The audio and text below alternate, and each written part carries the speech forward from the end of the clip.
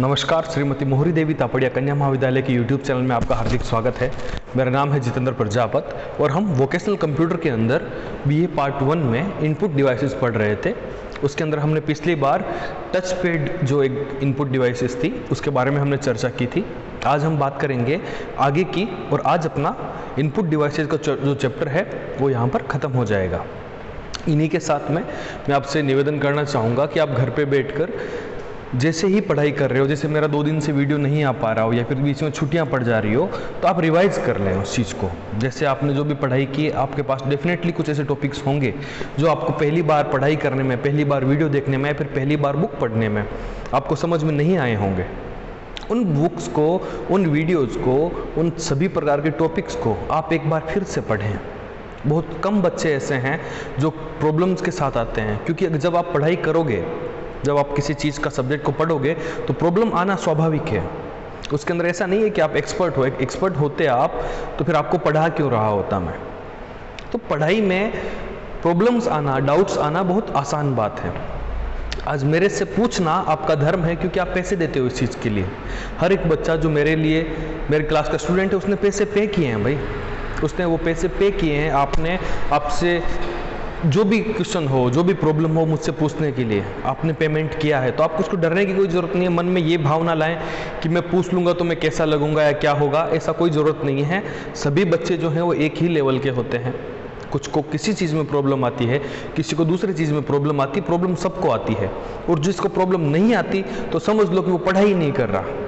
जो बच्चा, जिसको पढ़ाई करने में प्रॉब्लम नहीं आ रही, जिसको डाउट्स नहीं है, जिसको दिमाग में कुछ शंकाएं नहीं है, तो समझ लो कि उसका पढ़ाई अच्छे से नहीं चल पा रही, या फिर वो परफेक्ट है।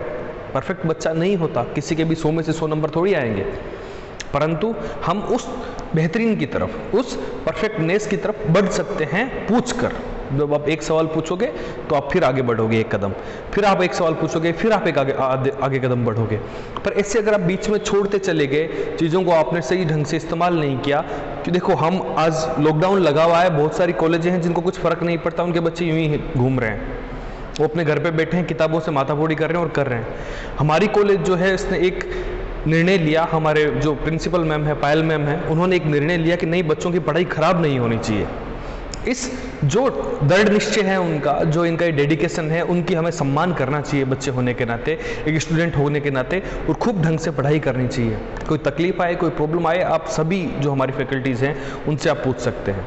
इन्हीं सब बातों के साथ चलिए शुरू करते हैं पढ़ाई का पार्ट। जो अगला आपका जो है वो है game pad. Game pad, game pad क्या होता है? सबसे पहले समझो, गेम जिससे गेम खेलते हैं, और पेड मतलब जिस चीज़ से गेम खेलते हैं। तो क्या हो गया, जैसे आपने देखा होगा इस टाइप का बना हुआ, जहाँ पर इधर एक वो होता है, इधर इस टाइप का, इधर 4 बटन और इधर एक घुमाने वाला स्टाइलस, और बीच में कुछ बटन छोटे मोटे। इस प्रकार का जो होता है वो होता है गेम पैड, जिसको हम ऐसे हाथ में पकड़ के गेम खेल सकते हैं। जैसे आजकल लोग फोन में खेलते हैं गेम, तो उसको हम क्या कहेंगे? Game pad. क्या लिखा है इसके अंदर? इसका प्रयोग गेम खेलने के लिए किया जाता है। इसमें कुछ बटन लगे होते हैं जिनका कार्य खेले जाने वाले, जैसे हम रेसिंग का गेम खेल रहे हैं तो उस बटन से हो सकता है स्पीड ज़्यादा बढ़े, स्पीड कम हो, ब्रेक लगे। जैसे मैं किसी फाइट का गेम खेल रहा हूँ तो उसके अंदर हो सकता है मुक्के चलाए उसी चीज़ से, और हो सकता है अगर मैं जैसे पबजी टाइप का कोई ओपन वर्ल्ड गेम खेल रहा हूँ तो वो हर टाइप का कार्य उन्हीं बटनों से करेगा। कुछ गेम पैड्स की दिशा निर्धारित करने के लिए जॉयस्टिक भी लगी होती है, एक जॉयस्टिक लगी होती है, जिससे कि यूज़र कहाँ जा रहा है, जो प्लेयर है गेम का वो कहाँ जा रहा है, इसका भी हम निर्धारण करते हैं। तो ये हो गया आपका गेम पैड। गेम पैड का इस्तेमाल किस लिए किया जाता है? गेम खेलने के लिए किया जाता है। ये चीज़ें आपको दिमाग में रखनी पड़ेगी। उसके बाद हम बात करते हैं डिजिटाइजर। डिजिटाइजर क्या होता है? इसके नाम से समझो आप, डिजिटाइजर, जो डिजिट को जो डिजिट में बदल दे। डिजिटाइजर मतलब डिजिट में बदलने वाला। डिजिट में बदलने वाला क्या, चलिए हम देखते हैं। डिजिटाइजर का उपयोग free hand sketching. Free hand sketching मतलब क्या हुआ? जैसे मैं एक पेन उठाता हूं और मैं यूं स्केच करना शुरू करता हूं,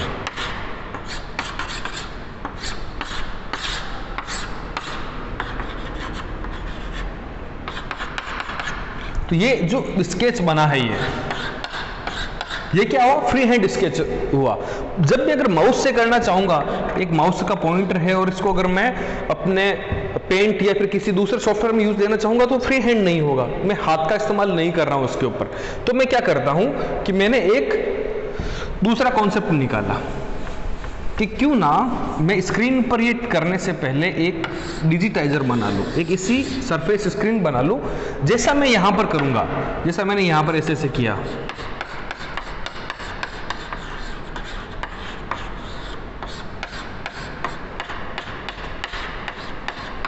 जैसा मैंने ये बनाया, तो मेरी इस कंप्यूटर की जो स्क्रीन है उसके ऊपर भी इस प्रकार की चीजें आनी चाहिए, ये लिखा हुआ इसका कॉपी। ये क्या होगा, इसे हम क्या कहेंगे फिर, देखो हमारा जो इनपुट था वो एनालॉग इनपुट था, अपने हाथ से दिया, मैकेनिकल था, पर इसको इसने डिजिट में कन्वर्ट करके कंप्यूटर की स्क्रीन पर, क्योंकि कंप्यूटर तो 0-1 समझता है, डिजिट में समझता है, नंबर में समझता है, तो उसको उसने डिजिट में कन्वर्ट करके यहां पर इमेज को भेजा। तो ये क्या हो गया आपका डिजिटाइजर।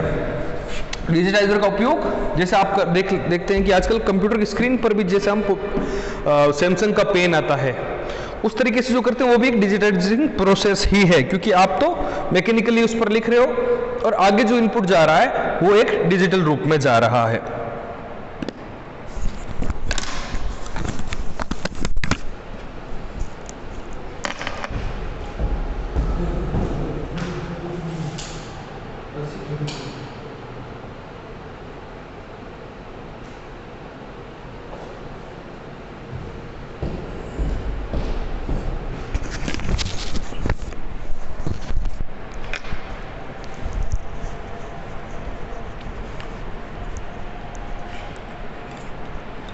तो क्या बताया हुआ इसके अंदर, डिजिटाइजर में एक डिजिटाइजिंग टेबलेट, जो कि मैंने बताया टेबलेट होता है एक, और एक पेन की आकृति का स्टाइलस होता है। स्टाइलस भी होता है क्योंकि लिखे होंगे किससे आप, ठीक है। डिजिटाइजिंग टेबलेट पर तांबे के कई पतले तार ग्रिड के रूप में लगे होते हैं। ये पुराने जमाने की बातें चल रही है, आजकल सारा काम ऑप्टिक्स से होता है।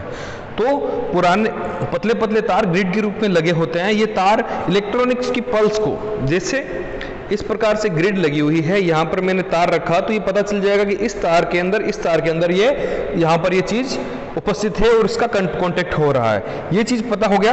ये तार इलेक्ट्रॉनिक्स पल्स को ग्रहण करने के सक्षम होते हैं।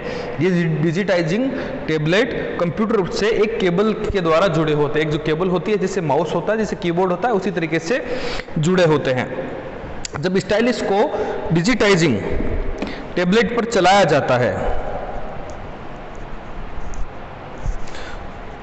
तो पॉइंटर भी उसी दिशा में चलता है। तो जिस प्रकार से मैंने बताया आपको कि ये डिजिटाइजर है, अगर मैं ये यहाँ पर इसके अंदर बहुत सारे तार लगे हुए हैं, बहुत पतले पतले इसके अंदर ये तार लगे होते हैं। जैसे मैंने यहाँ लिखा तो ये बोल देगा कि इस तार के अंदर और इस तार के अंदर यहाँ पर ये है। अब मैं इसको यूं ले जाऊंगा तो ये जो इलेक्ट्रॉनिक पल्स ग्रहण करने की जो क्षमता है इसकी, वो भी आगे आगे बढ़ती जाएगी और बोलेगा एग्जैक्ट आपकी लोकेशन बता देगा।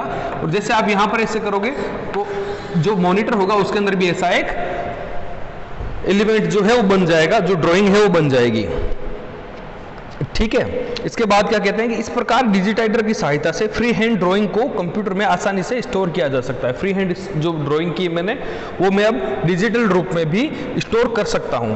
डिजिटाइजर का उपयोग ड्राइंग आर्टिस्ट जो होते हैं, ड्राइंग आर्टिस्ट जो ड्राइंग करते हैं, या फिर केड कंप्यूटर एडेड डिजाइन, जैसे आप कोई बिल्डिंग बनाते हो या फिर कोई आर्किटेक्ट है तो वो जो अपनी डिजाइन्स बनाते हैं वो इसी प्रकार के डिजिटाइजर पर ही बनाते हैं,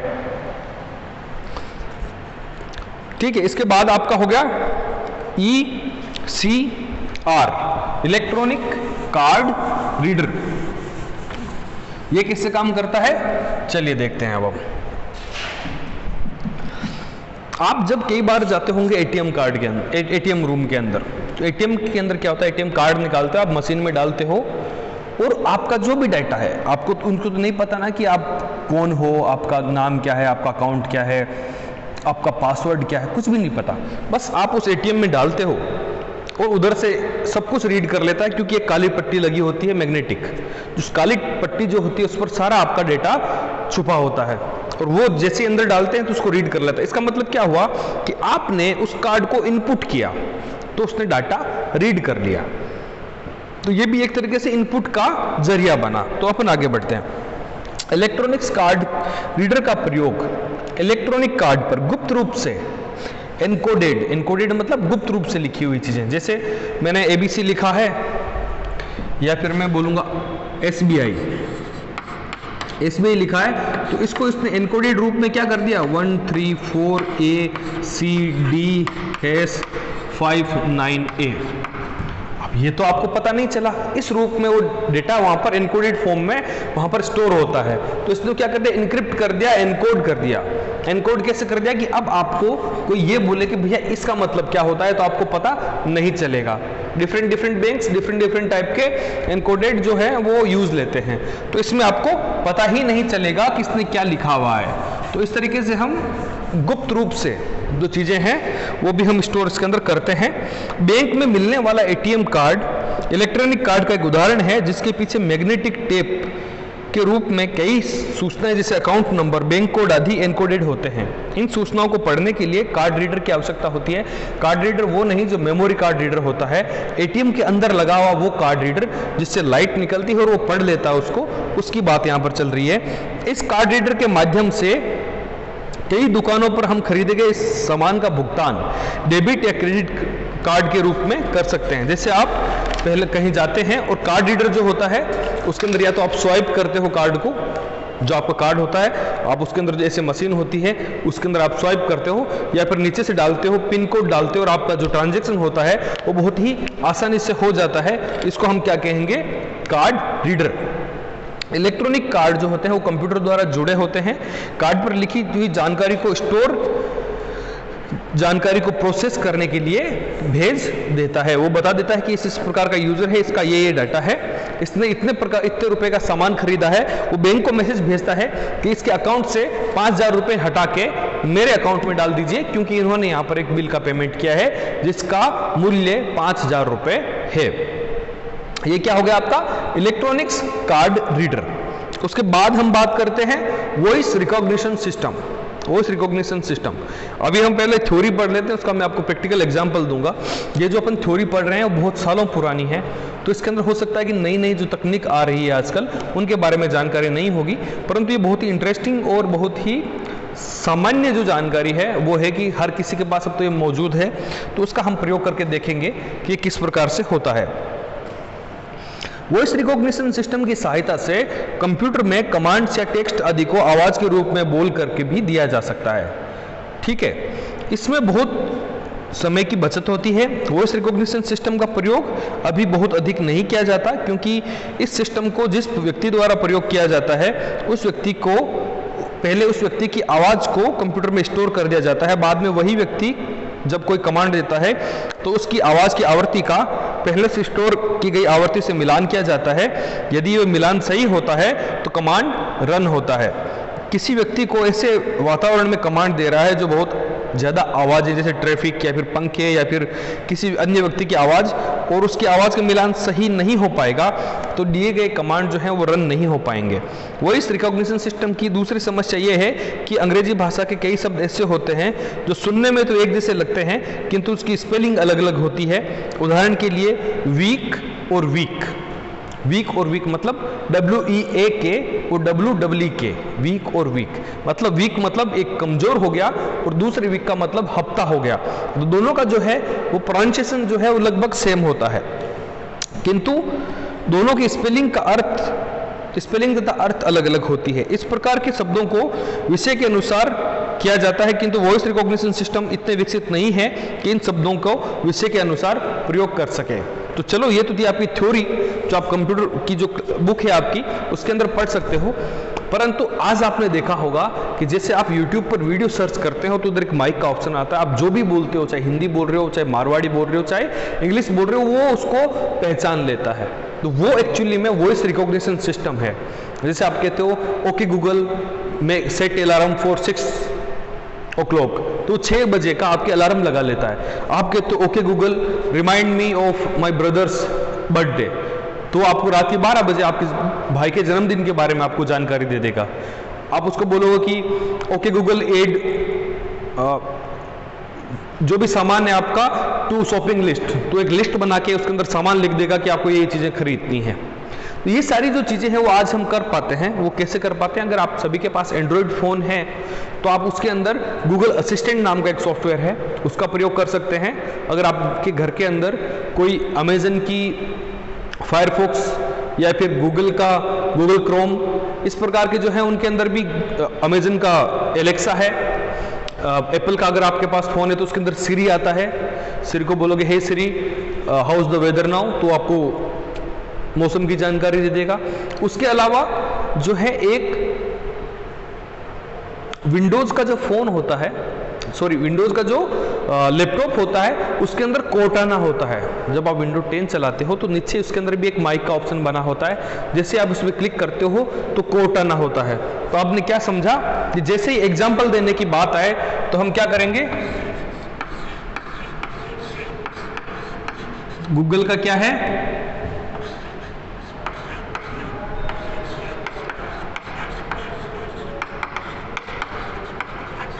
गूगल असिस्टेंट,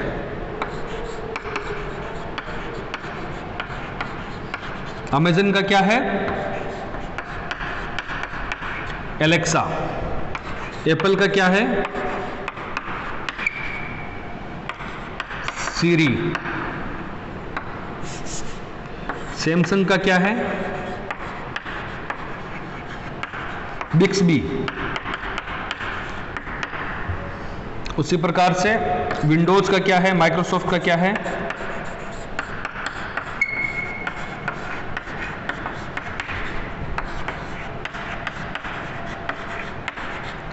कोर्टाना।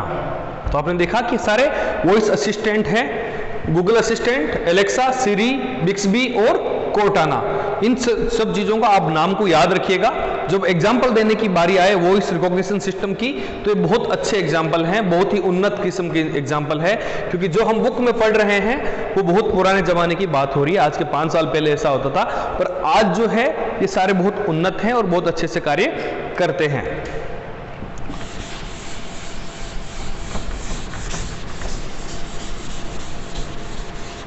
एक और बात, जो भी मैं बोर्ड पे लिखता हूं आपको लगता है कि आपको नोट करना चाहिए, आपको उतारना चाहिए, तो आप 2 काम कर सकते हैं। पहला, आप जो बोर्ड के ऊपर स्क्रीन जब आती है तो उसको पॉज कर दें और जो भी है वो लिख लें। पॉज मतलब उसको रोक लें। और दूसरा जो ऑप्शन है इसके अंदर कि जब आप स्क्रीन का वो पार्ट आया हो, वो भाग आया हो, उसको आप स्क्रीनशॉट ले सकते हैं इसके अंदर। ठीक है, उसके बाद हम अगले इनपुट डिवाइस की बात करते हैं, वो है वेब कैमरा।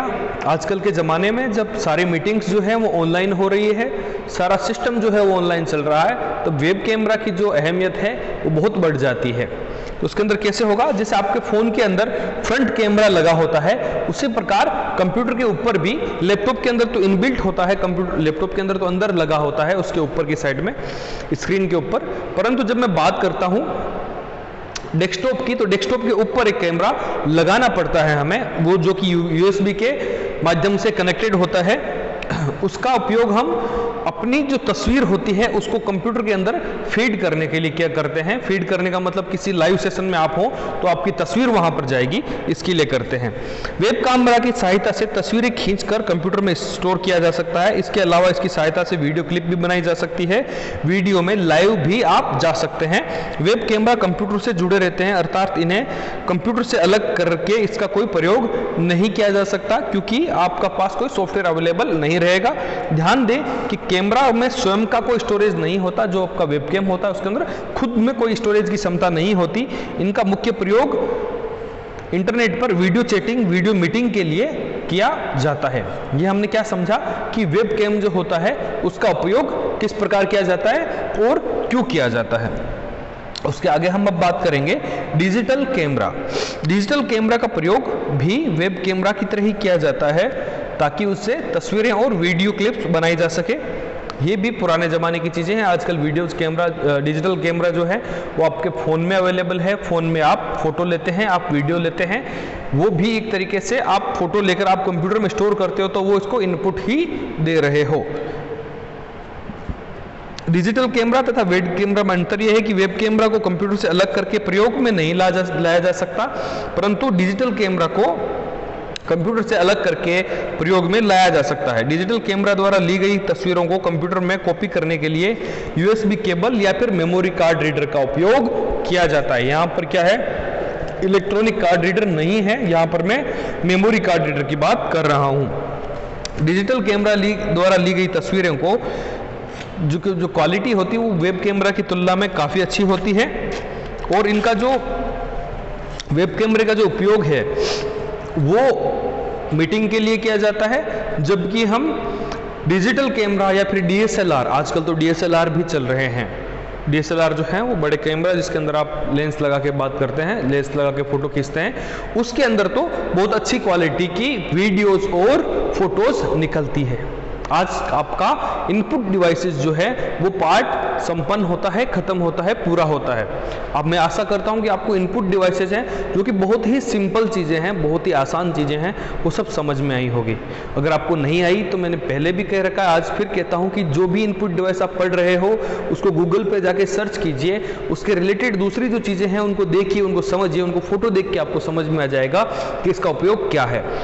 सबसे इंपॉर्टेंट बात क्या है कि आपको जो याद रखनी है कि आपको लिस्ट के अंदर नाम याद होने चाहिए कि 10-15 इनपुट डिवाइसेस के मुझे नाम याद है। कल कोई बड़ा क्वेश्चन आ जाता है कि इनपुट डिवाइसेस के बारे में जानकारी दीजिए एग्जाम्पल के साथ, तो आप 10 एग्जाम्पल जब लिख दोगे तो एक एक नंबर भी उसके अंदर मिलेगा, तो 10 नंबर आपको पूरे के पूरे उस क्वेश्चन के अंदर मिल पाएंगे।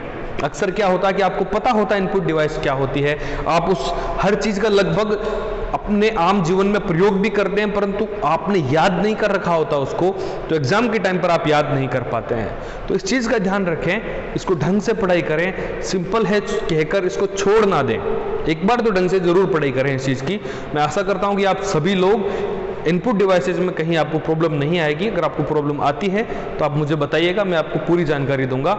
हमारे साथ बने रहने के लिए धन्यवाद। अपने स्वास्थ्य का खूब ध्यान रखिएगा। हमारे इस चैनल को लाइक करें, शेयर करें, सब्सक्राइब करें। बने रहिए हमारे साथ। धन्यवाद। Take care.